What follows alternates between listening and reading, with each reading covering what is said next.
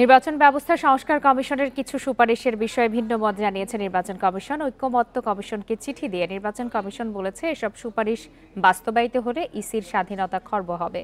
জাতীয় ঐক্যমত্য কমিশনের সহসভাপতি অধ্যাপক আলী রিয়াজ বরাবর এই চিঠি পাঠানো হয়েছে।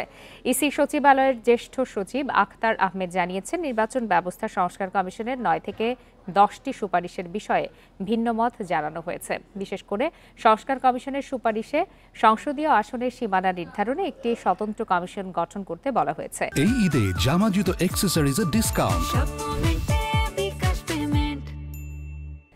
ইসি মনে করে এটির প্রয়োজন নেই। ভোটার সংখ্যা, জনসংখ্যা এবং আঞ্চলিক অখণ্ডতা বিবেচনা করে সংসদীয় আসনের সীমানা পুনর্নির্ধারণ করা উচিত বলে মনে করছে ইসি। নির্বাচন কমিশনের দায়বদ্ধতা ও নির্বাচন কমিশনারদের শাস্তির বিষয়ে সংস্কার কমিশন যেই সুপারিশ করেছে তাতেও ভিন্ন মত ইসির।